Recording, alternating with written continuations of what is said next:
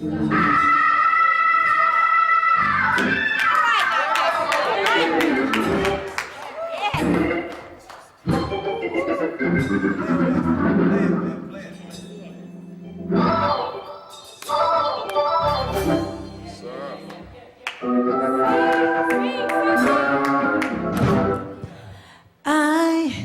love the Lord.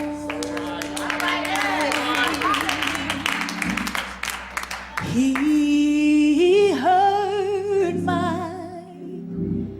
my cry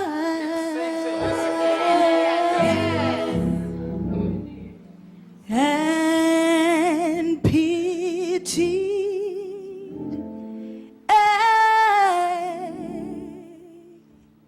every groan.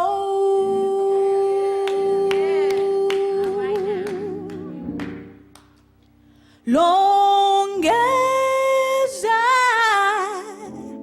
I live,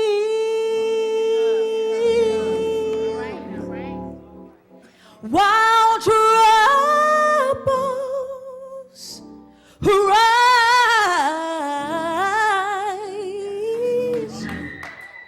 I'll hasten to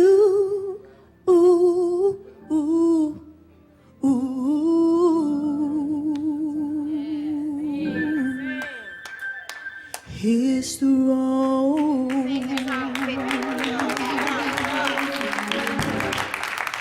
I love the Lord. He heard my cry. Right now. And pitied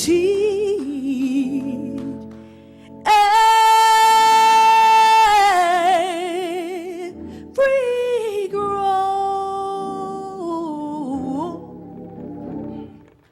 Long as I live and troubles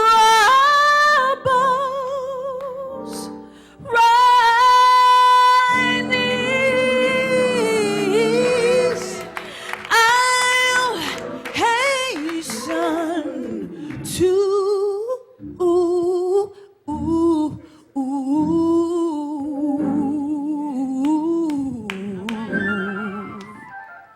His throne. Yes.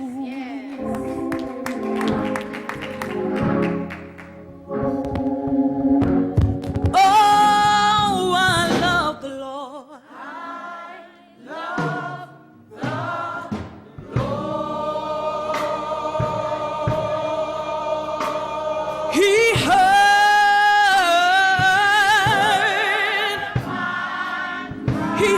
my cry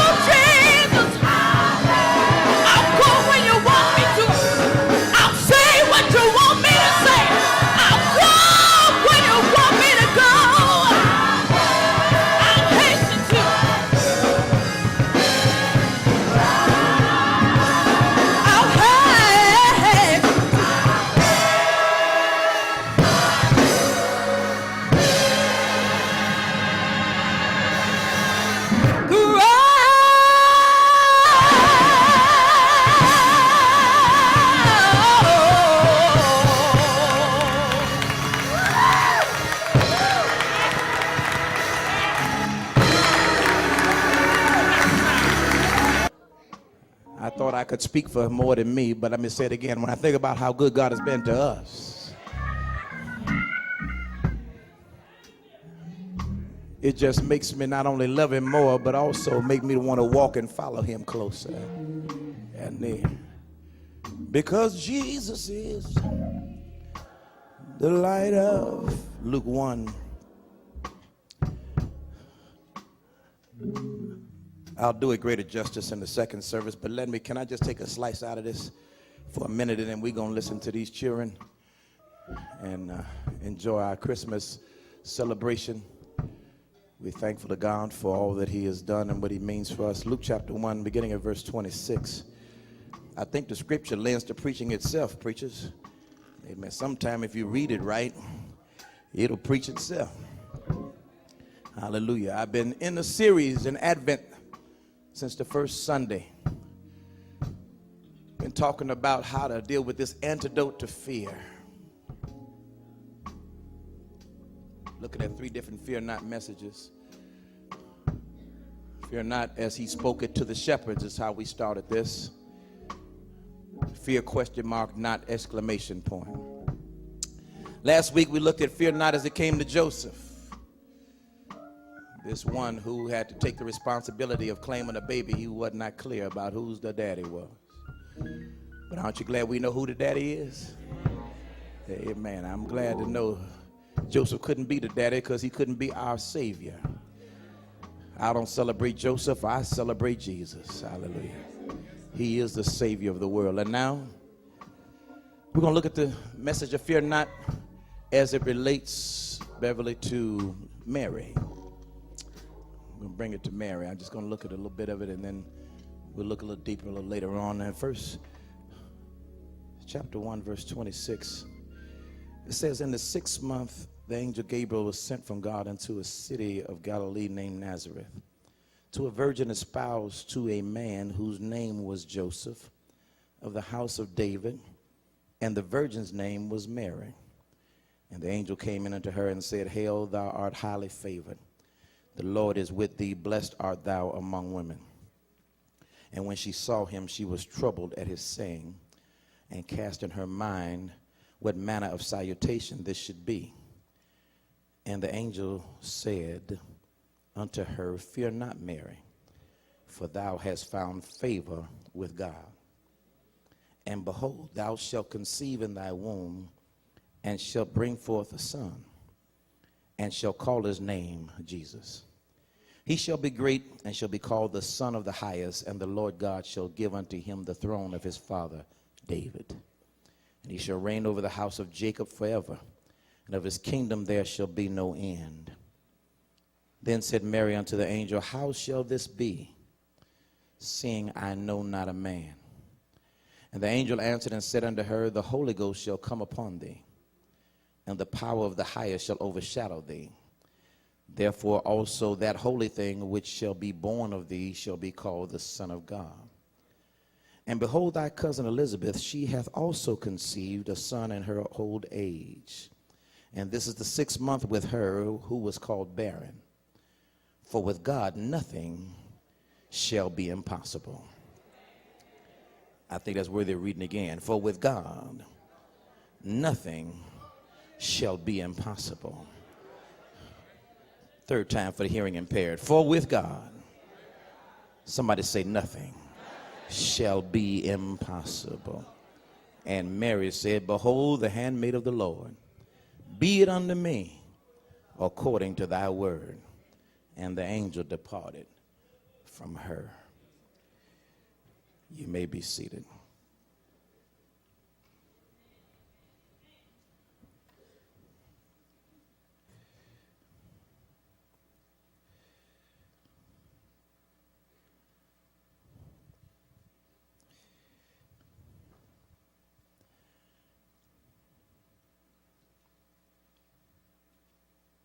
And behold, thy cousin Elizabeth, she also conceived a son in her old age, and this is the 6th month with her. 1st month with Mary, 6th month with Elizabeth, who was called barren. For with God nothing shall be impossible.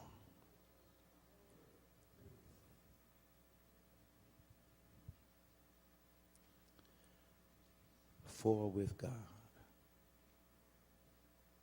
nothing shall be impossible.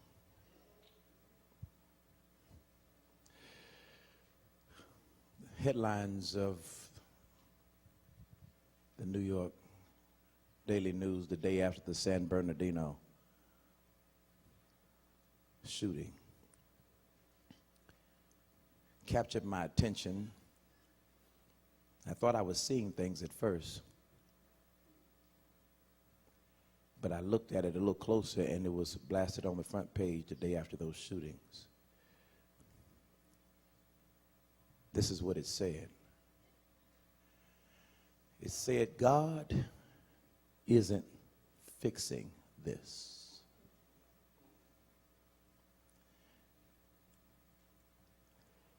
It said on one side, 8 great things that fix anything, and none of them included God. But that one is what got my attention as they all began to look at these 14 dead in this California shootings. The Daily News headline said, God isn't fixing this. Well, I came back with a news flash of my own. Would you like to know what my headline says? God can fix anything. I just thought I'd throw 4 words back. I really don't have time to flash it all out right now. But can somebody tweet that for me? Can somebody hashtag that one for me? Can somebody help me get the news back to them? Because unless he has reduced what he had going for himself before, I just want to again repeat what I have to say about that, and that is God can fix anything. Is there anything anybody knows that God can't fix? Have you ever been in a state of brokenness or disrepair? Have you ever had a situation that seemed to be so unsolvable, or a situation that seemed so unresolvable, or even yourself was in a funk or in a state of desperation and you just didn't think you could come through this time? Have you ever had that statement, that proverbial statement where you said, I've made it through before, but I'm not sure this time if it's going to work? But I know I got some witnesses here who have the capacity to say with me that no matter what I've gone through, no matter what I've been through, I'm not going to let anything, including a newspaper headline, tell me God can't fix something. Because one thing I've come to know is God can fix anything. Can I get a witness here? I'm looking at a deacon who went through surgery one more time, and I'm so happy to see you today. Give God praise for our senior deacon. I didn't see him over there in that corner.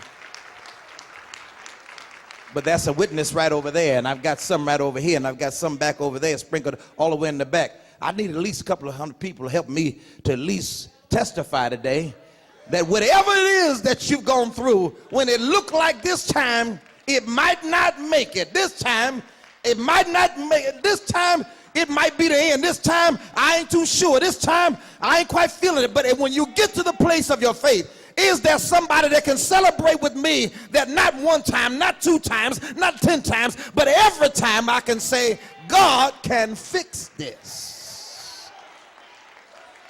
Because he can fix anything.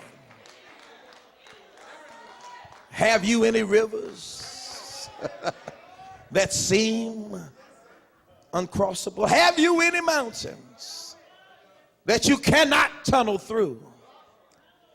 Let me just tell you, the truth is that maybe the reason why he lets it get so bad so often is so you realize he's not a general practitioner. So maybe he's trying to help you understand he's not a run-of-the-mill doctor. He's not a jackleg everyday Shade Creek, Craigslist, call somebody, you'll hook up with Pookie kind of thing. No. He ain't the last resort. He's not the fourth down punt. He ain't what you do when you tried everything else. No, he said, I'm going to let you do what you do, boo. But by the time you get through doing what you do, you're going to realize that you can't fix that by yourself. Can you see the proverbial father who watches the excitement of a child at Christmas tear open a package of their Christmas gift and with great joy and excitement doesn't have the time nor patience in their high emotional fervor to read the instructions, but they're trying to put this toy together by themselves? Can you imagine the father who stands and watches this child who are fumbling and trying to make pieces fit and trying to make this go and don't know where the batteries get and don't know how things work and trying to do this and it doesn't work, and his joy and his fervor and his excitement goes to frustration and now gloom, and finally he throws the toy down and looks up at the father and say, Daddy, you got me something that don't work. Daddy, can you fix this? Daddy, I broke the toy you gave me. Can you imagine the look of that father who patiently was waiting the entire time? Say, no, you didn't break it. Number one, you didn't follow the instructions. At some point in our life, we can avoid having to take so many things to God if you just follow the instructions he gave you the first time. It would be a little easier for things not to get so bad if we would just remember to follow his first instructions.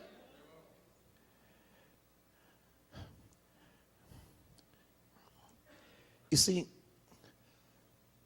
most of our problems come as a result of not hearing God.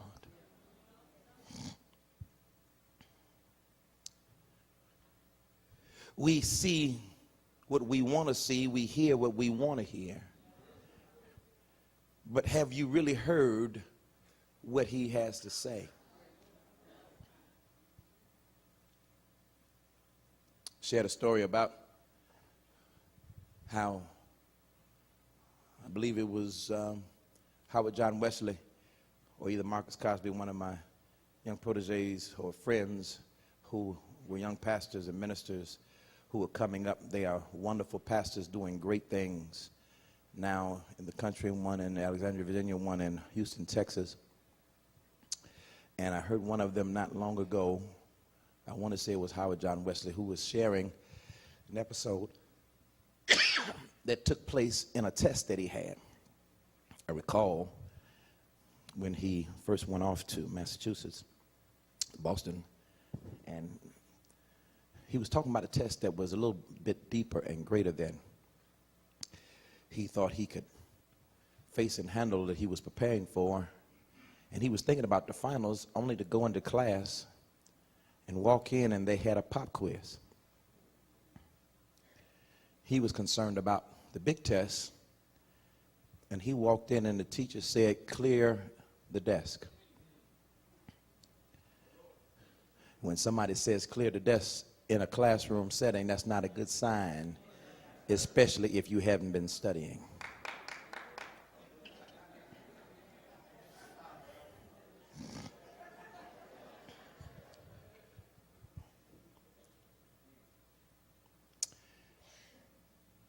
They cleared the desk and he took the papers of the test and turned them flat over on the face so they couldn't see them and said, first of all, do not touch the papers until I tell you to.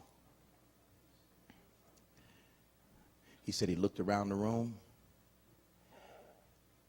and he said he could tell the room and the tension was cut because of all the people like himself who wasn't prepared for this. He finally said, turn the papers over. They turned the papers over. He said, I want you to read through this exam, read it through thoroughly, look it through thoroughly. Then I want you to proceed to take the exam, and then I want you to leave your papers turned upside down back on the desk as you leave the classroom.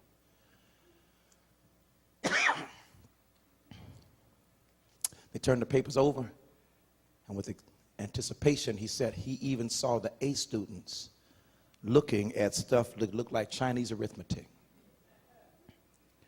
And Janice, they were looking like, oh my God, I haven't seen this before. And they were looking, and they took out their pencils, and they were trying to figure stuff out. And they were walking through trying to figure it out, and they were looking with disgust. And he said he sat there paralyzed, because if the A students couldn't handle this, he said, I might as well just turn this paper in right now and get on up out of here and save some frustration and some time, because I can't handle this. He says, but finally, something said to him, remember what the instructor said. He said, turn your test over. He said, read through the entire exam. He said, then when you finish with the exam, turn your paper back over and leave the classroom. So he just started thumbing through pages of the exam, looking at how hard it got, progressively harder and harder and harder and harder, and finally got to the last page. And the closing line of that page said, sign your name on the line below and leave class, and you'll receive an A.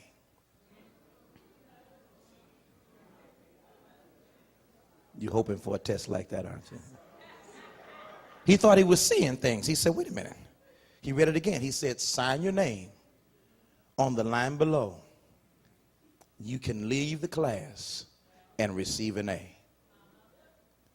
He looked again, read it again, feverishly, nervously took out his pencil, signed his name, turned it over, got up and walked out the class, and everybody else was still sitting in there. And sure enough, when they returned, he was the only one to receive an A. Because he was the only one who followed.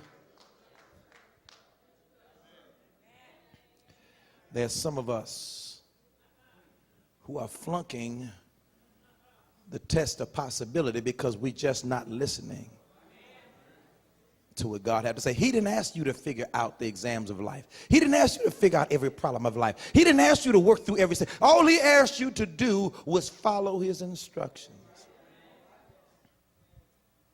Oh, it's right there in the text. I told you I'm not going to hold you long. It said in the text, first of all, he sent a messenger, an angel named Gabriel. He couldn't have sent no better one. Gabriel was one of the chief ones after Lucifer. Gabriel was one, and he sends Gabriel, the archangel, the herald angel, the one who ultimately was a great songstress. Angel comes, and he's sending this angel to Mary. Now, you know, I don't know it to be true because I've never had the capacity to really study, angels that deep. But it is reported that Gabriel was one of the finer looking angels. It was reported that Gabriel was one of the ones who was a little buff, a little cut, you know. And I thought that was interesting because he didn't send Gabriel to the shepherds.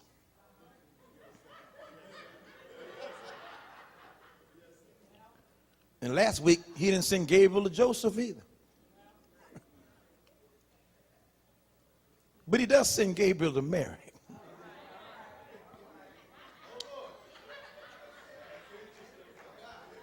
I'm just saying, IJS. So maybe my first point is God knows how to get your attention.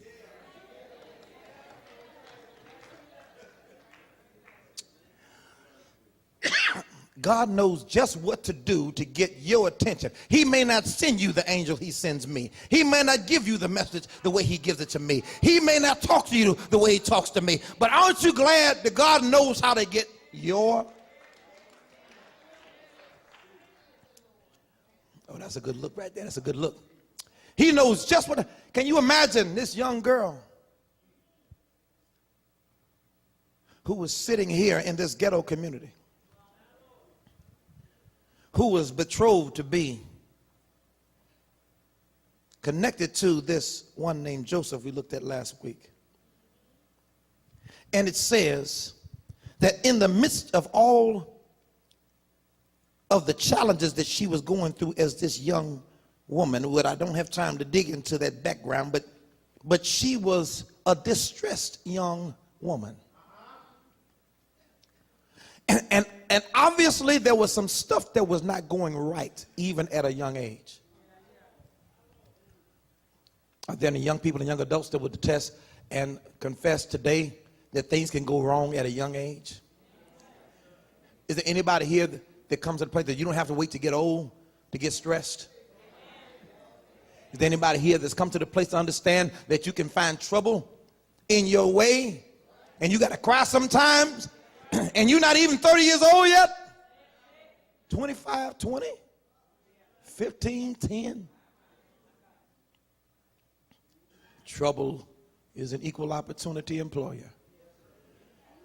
And to find you at any time, any place, any gender, any location. And here they are in Bethlehem, in Nazareth community. A depressed, distressed, high-taxed, low-income condition. And God sends this fella named Joseph into her life. But she didn't know quite how to handle the situation, because I think I told you before that Joseph was really supposed to be the next king. He was out of the line of Abraham, Isaac, and Jacob. Seed of Abraham, house of David. And had they not gotten in trouble as a nation, he would have been seated by now and coronated to follow after his forefathers. Sisters, have you ever had to manage the depression and the challenge of a man who's been beaten down because his dreams have been crushed? Have you had to nurture and be a succorer and a helpmate and an encourager to a man who ultimately has done his best to keep his nose clean and do it the right way and to do everything he possibly can, but yet get rejection after rejection and put down after put down and pushed away and pushed away? Have you ever had to handle the crushing of the ego of a man who's a real man?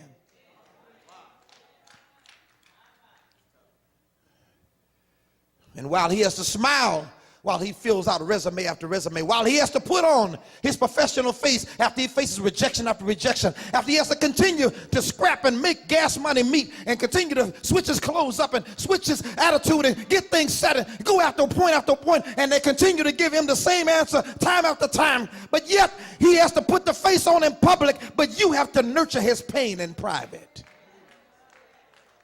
Have you ever had to sit with a man who's had to feel less than the man, who by definition has had his very soul ripped out from him, because when he walks in the room, he's already 10 steps down from other folk who were applying for the same one? Have you ever had to deal with someone who's worked on the job 10 and 20 years only to find some young buck right out of college has come in and automatically come in at a higher place, and you have to train him for a job you can't get promoted to? Have you ever had Mary to handle a Joseph who's looking at a Herod who's occupying a seat that his ego manial self is so wicked and corrupt? Not only is he in the seat you should be in, but he is a wicked king, and you're wondering, how is God allowing this to happen? You know, the same Herod that ends up wanting to kill all the babies? The same Herod that lied to the wise men, that said, you know, find Jesus, bring him back to me so I can worship him. Oh yeah, you got some lion kings still. I didn't say lion kings, L-I-O-N. I said some lion kings. That's another message. And he has to not only sit there and watch this wickedness, but he has to also understand that he's got all the gifts it takes to do the job properly, but it seems like he'll never ascend to that spot. And just when he can't make it to his dream job, just when he can't ascend to the place of his aspiration, just when he can't get to the location of ultimately what he was birthed and born in his line to do, he just decided he just wants to manage his own house. Just be a good father, good husband, good man. And now here you are, Mary, having to nurse this situation. And the next thing you know, you have an angelic visitation.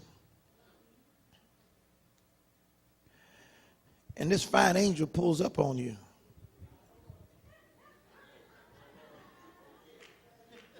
Now, don't take this message to think that everybody talking to you was an angel. So please, I don't want to do no counseling this week. Tomorrow, what pastor said he was an angel, so I talked to him to see if his name was Gabriel. No, that's not what I'm saying.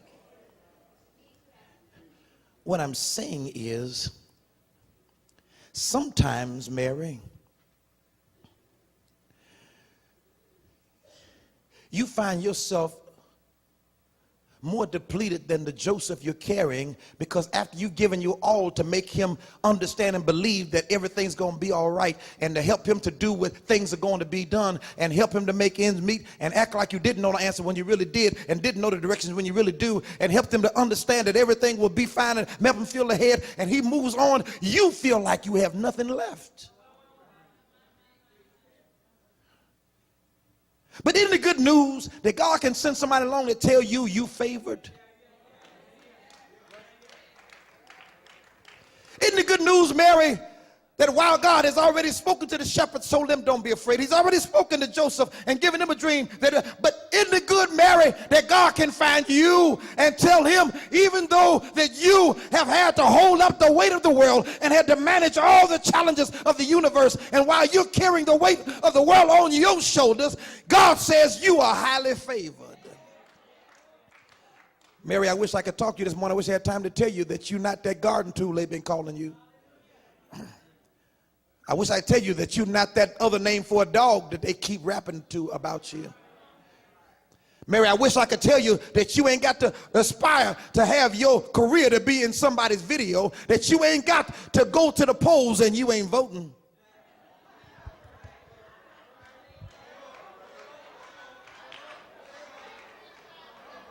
They slow in the early service. Mary, I wish I could tell you that you don't have to wear a dress that qualifies to be a neck choker just to try to catch somebody, and the only thing you're going to catch is a cold with 15 degrees of weather. I wish I could tell you, Mary, that you ain't got to be everybody's hoochie mama and baby mama. Mary, I wish I could tell you that God says you are highly favored, and when you are premium, Mary, stop dealing with regular Negroes.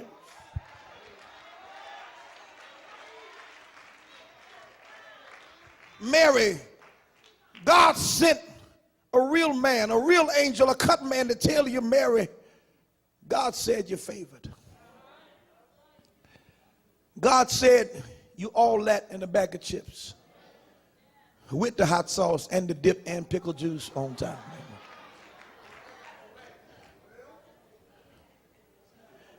It said Gabriel, and I don't know, because he was that great songster angel, because he was that great singing angel, Dexter, because he was, I don't know if he crooned it out like Luther. Mary. I I don't know if he belted it out like, I don't know if he did it like Beg and Barry. I don't know if he rapped it out like Jay-Z or Jackson. You know, I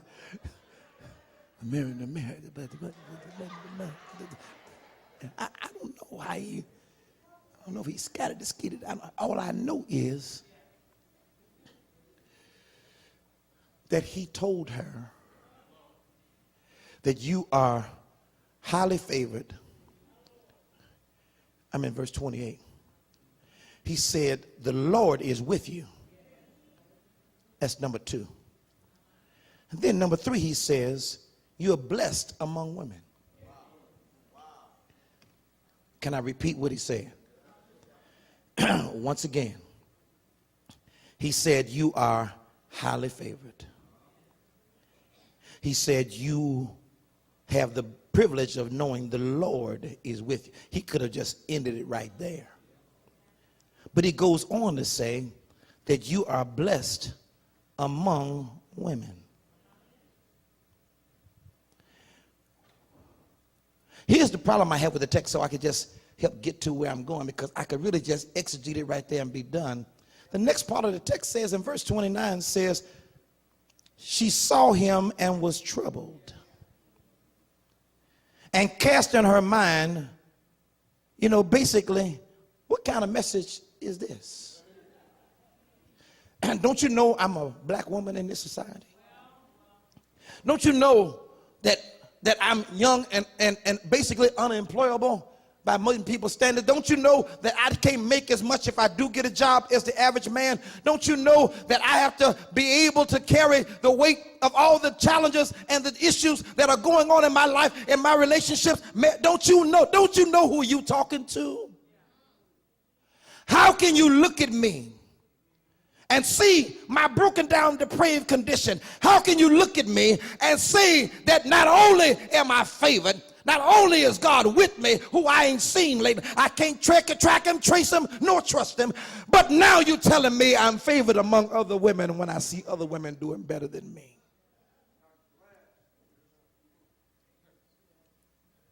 What Mary is saying is, that's impossible. It's not possible in this society, Gabriel, for me to be what you just said. It is not possible, Gabriel, for me to operate with those kinds of Gabriel, I hear you, but I don't hear you. Have you ever talked to someone who hear you, but they ain't hearing you? Have you ever looked particularly at a woman who has great potential? She has everything going for herself, but the more you talk, it seems like the less she is listening. Let me help the fellas with that. Fellas, have you ever found out that it seems like sometimes the finer the woman is, the nastier her attitude gets? See, the sisters ain't listening, so let me talk to the brothers for a minute. You ever talk to somebody and you ain't trying to really just talk, but you just talk. But it just seemed like that, that seemed like the more, attractive, she becomes, the nastier her attitude. I ain't said nothing. I'm just.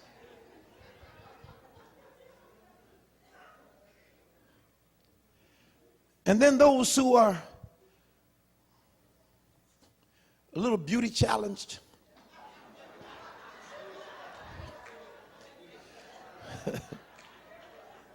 just as sweet as they can be sometimes.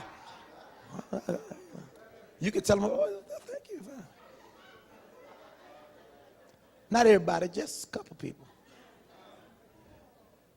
But have you ever saw one and you trying to tell her, I ain't trying to talk to you because you're attractive, but I see your potential.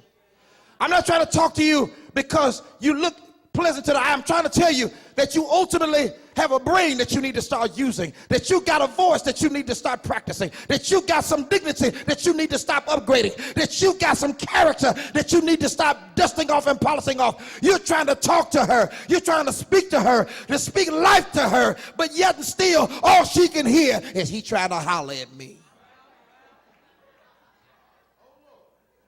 Have you ever tried to speak to someone?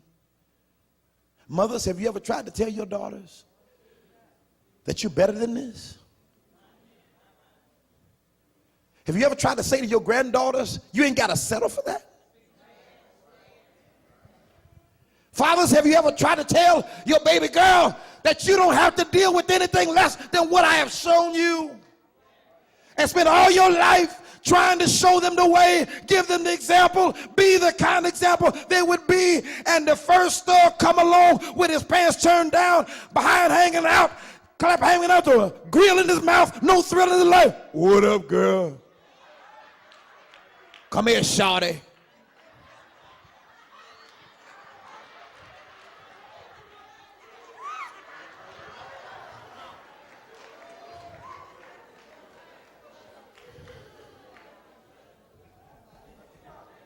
Mary, why can't you hear the angel? Why? He told you. The text should have been over, Mary, at verse 28. Mary should have been off shouting. At 28, shouldn't have to go no farther with that. It should have been done at 28 when he said, you are highly favored. When he said, the Lord is with you. When he said, you're blessed among women. But here she is, and she is doubting. She's troubled, and she's afraid. But let me just say to you, I'm glad that the angel don't give up on me. Mary, I came to tell you the angel won't give up on you. Maybe you didn't hear it the first time. Maybe you didn't hear it the second time. Maybe you ain't heard it the 10th time. Maybe you ain't heard it the 20th time. But this time, the angel identifies what your problem is. Can I tell you what your problem is, Mary? Same problem Joseph had last week. Can I tell you what your problem is, Mary? Same problem the shepherds were told not to have 2 weeks ago. Can I tell you what your problem is, Mary? Mary, you're afraid that it could be true.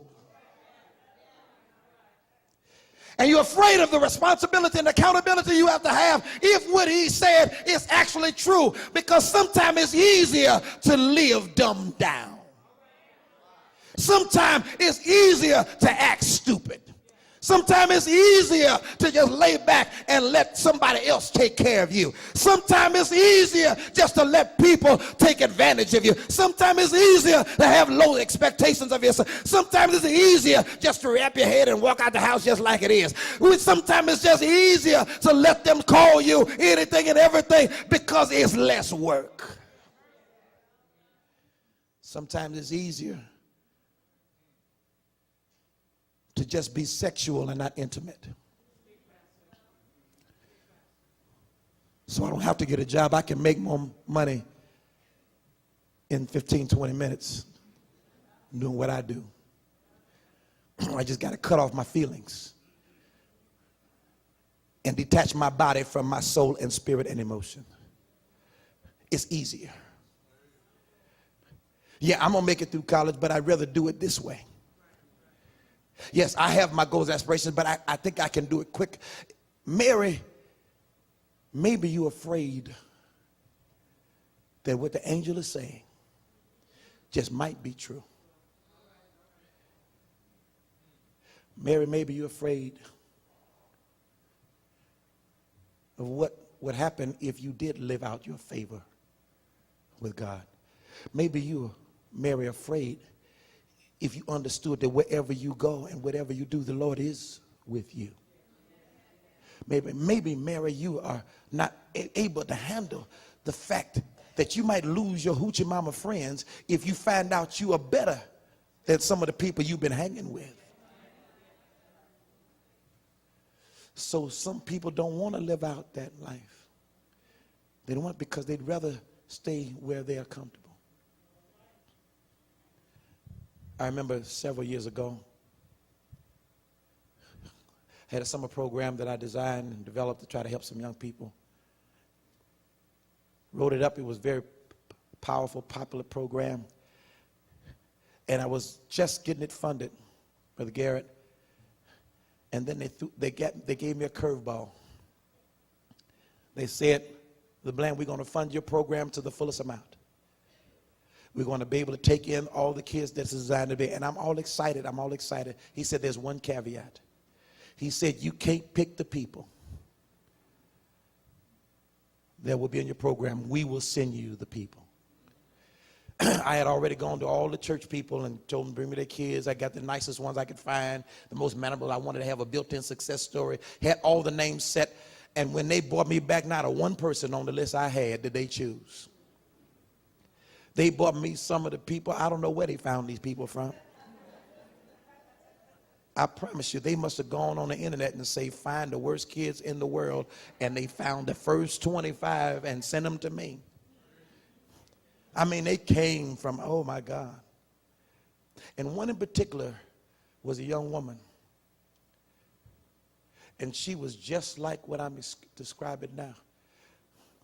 And I spent time with her, helping her to, like the angels, deal with it. And here's the deal. She finally did get it.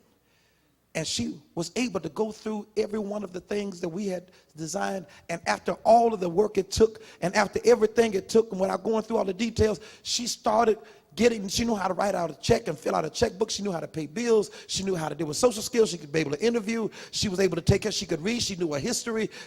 Every section of the program, we had 8 different sections, and she began to excel. She finally started hearing the message. And when we got to the end of the program, everything was well. She had done good. And I checked up on them about a month later to see how things were going. And she was right back to where she was when we started. I asked her high school counselor to let me talk to her and to speak to her. I said, listen, I'm hearing that you're not making it in the school. And the stuff that they're doing, you were doing this summer. You were doing the same problems. You knew how to fill out a checkbook. Why is it now and deal with that you were dealing with all of this stuff? And I was going through the list of things. She says to me something I did not forget. It haunted me. She said, I saw a dream of me getting out of the ghetto, off of welfare, out of this system, and I was on my way. She says, but I went home and my mother and my grandmother and my great-grandmother all told me it was only a summer program. You'll never be able to. You think you better than us? You think you'll have more than we have? You think you'll go farther? And she said her friends began to say to her, you think that you gonna come up and come out and leave us?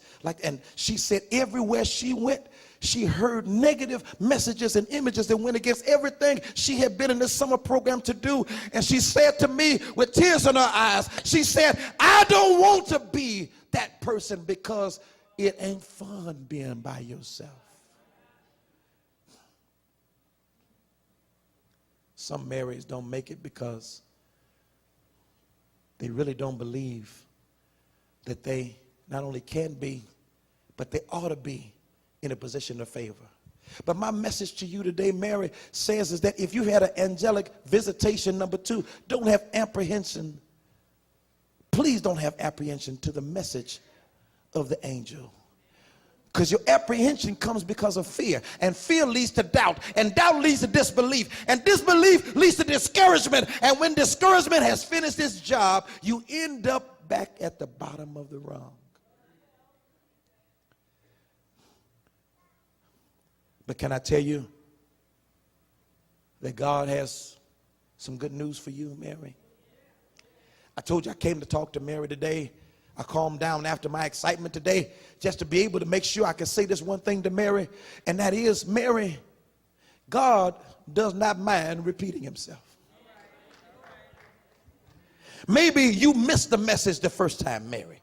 Maybe you didn't hear it when it was told to you earlier in life. Maybe you didn't get it when you were in high school or you were in college or when you got to the place where you had that first job. You didn't get it when you made it through your first marriage or your second. Maybe you didn't get it, and maybe here you are and you're down in a place you don't think you can get out of, and you think your life is over, and you think your life is broken, and you think God can't fix it, and you think that nothing can happen, and you think nothing's going to work, and you think that maybe for another generation, and this message is not for me, and God ain't fixing this. And I came to say to you, Mary, God does not mind repeating himself.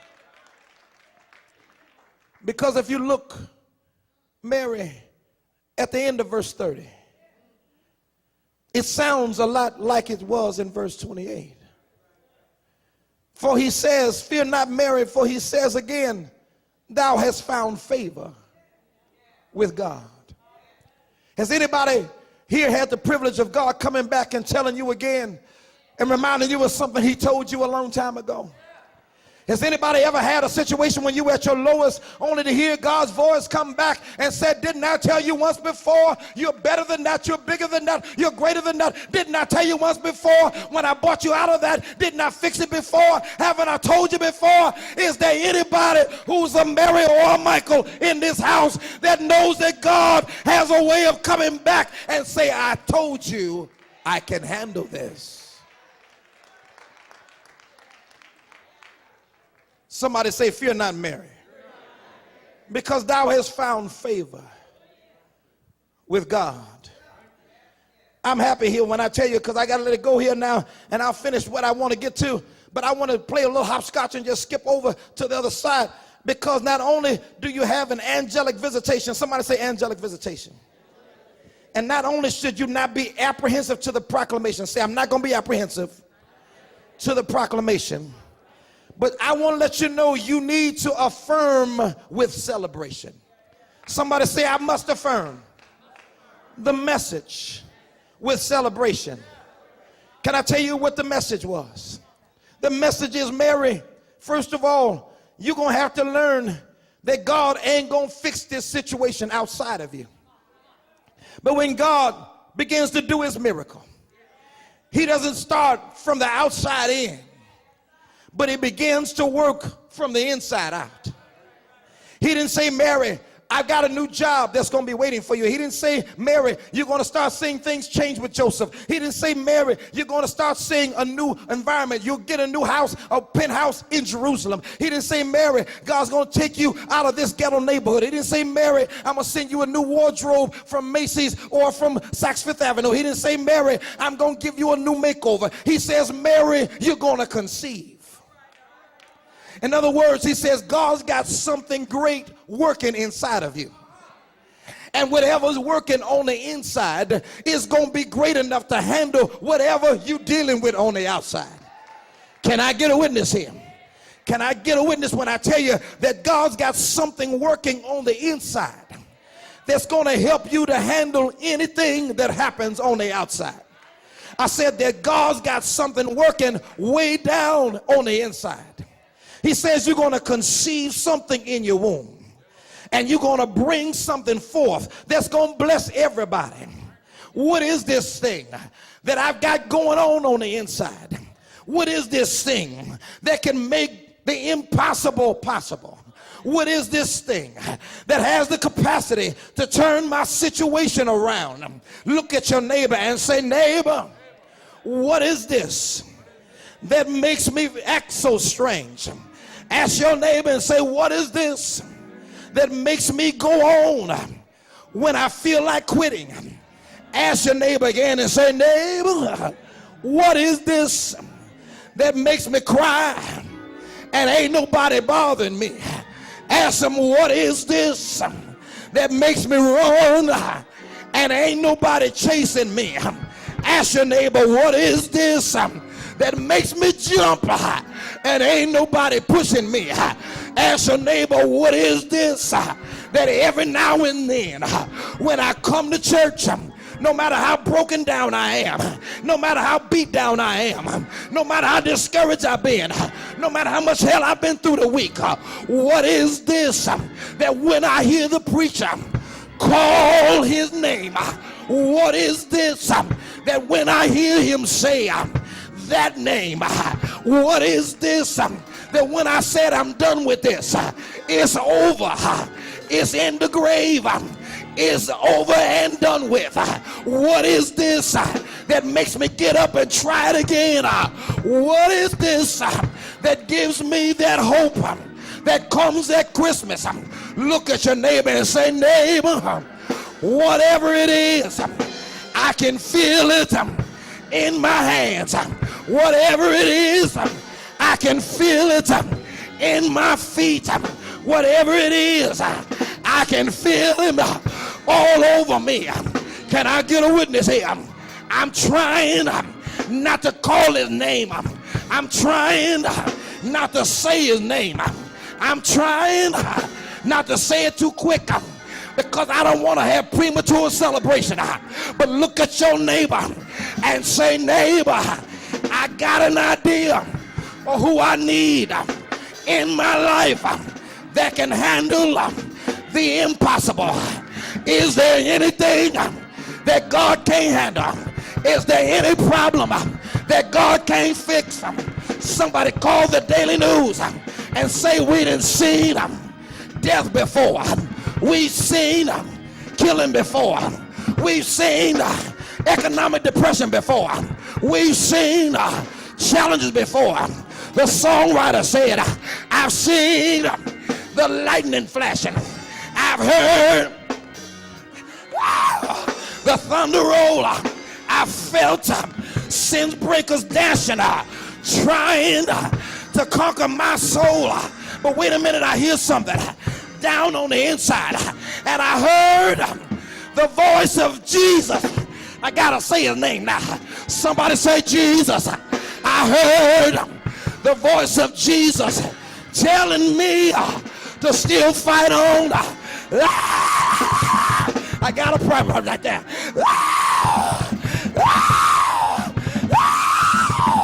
He promised he will never leave me alone. Is there any Mary here that's glad that you might have lost some things, but you still got Jesus? You might have forgotten some things, but you still got Jesus. You may not have what you used to have, but I still got Jesus. You might not know what you used to know, but I still got Jesus. God says, if you got me, I'm more than the world against you. If God be for you, he's more than the world against him. And I know that somebody in here ought to celebrate right there, because there's nothing too impossible for God. I said there's nothing impossible for God. Is there anybody here with an impossible condition? Anybody here and things look bad? I dare you to put your hands in the air and say, Lord, you did it before. Do it again. Do it again. Say, Lord, fix this. Lord, heal this.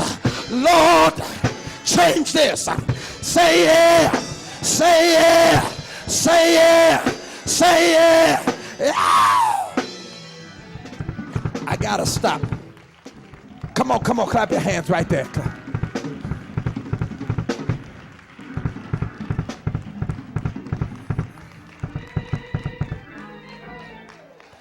What is this? You had your hands in the air, you talking about this. No, he ain't gonna change the problem. You think I was talking about your problem? No. I told you lift your hand because what he's gonna change is you.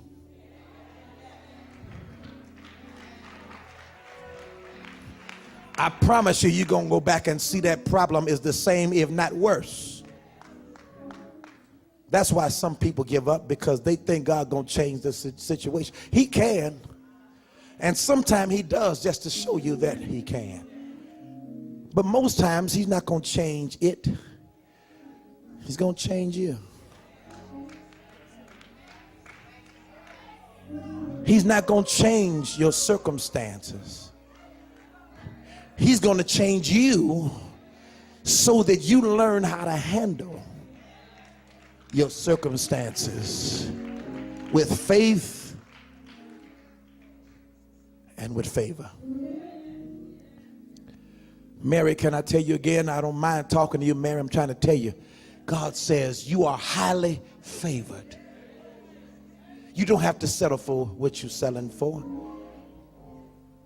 And you ain't got to be on the cover of nobody's magazine to be somebody special. You ain't got to be somebody's arm candy in order for you to be valued. God says, Mary, you're favored because I favored you. Let me help you understand something else, Mary. Favor means it wasn't up to you. Can I tell you something else, Mary? It ain't about you. God don't care how cute you are, because the fact is, he the one made you.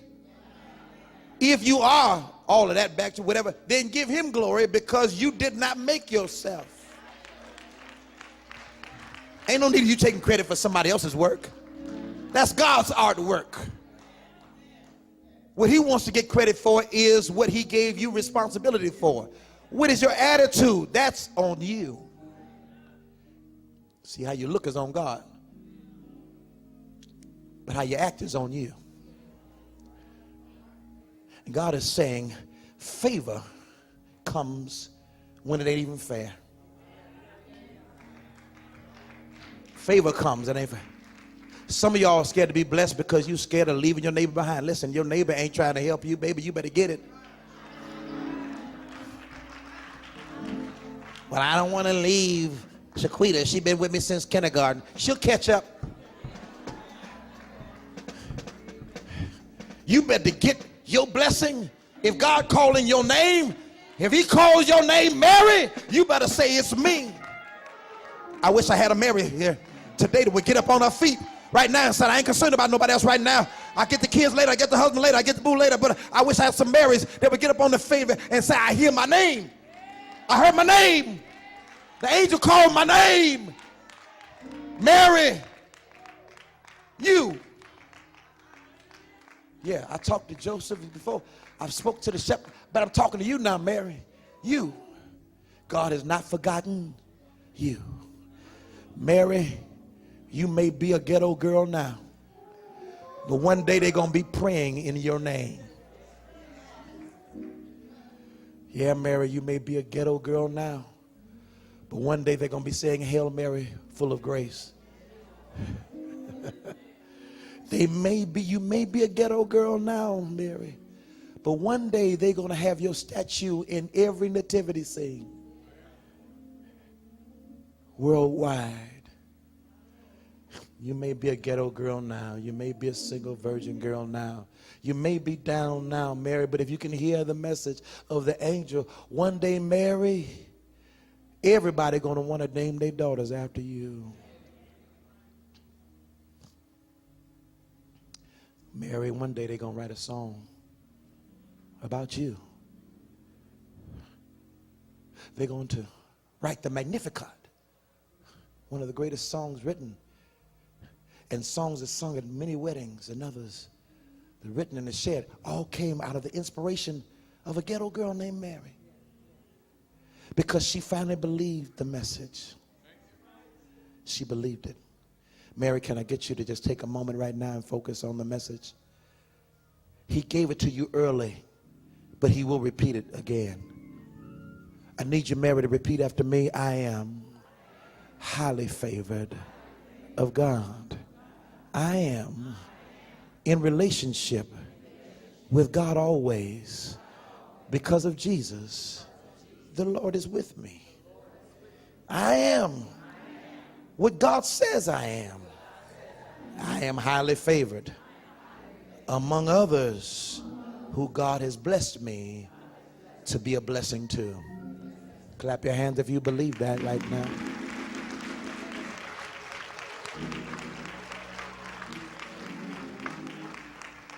Yes, Mary, the message is you.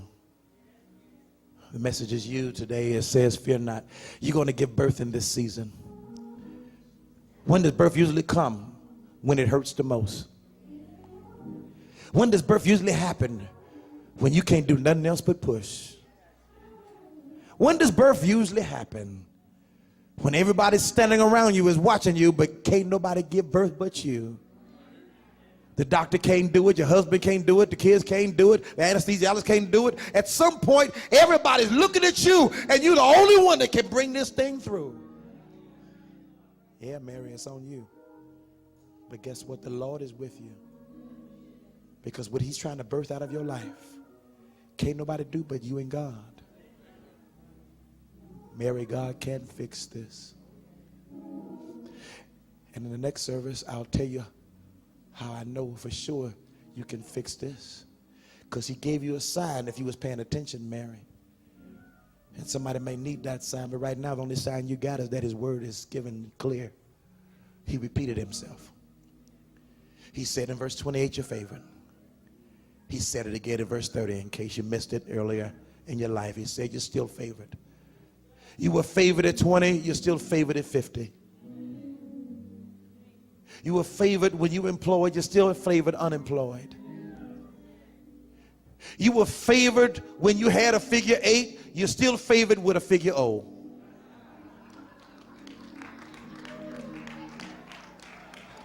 You were favored with the Coke bottle, you're still favored with the 3-liter. How about that? What I'm trying to say, you were favored with the degree, you're favored when nobody wants to hire you with the degree. You were favored when you were single, ready to mingle, and you're favored with 10 kids and a tired body. But you have an inspired soul. Why? Because God has a way of quickening you on the inside. Because what's on the inside is going to give birth. I'm speaking as a Gabriel to you, Mary. I'm speaking to some person who may not be a Mary, but you heard the message that God gave Mary. And just like Mary heard the message of Joseph, Joseph could hear the message of Mary. Hear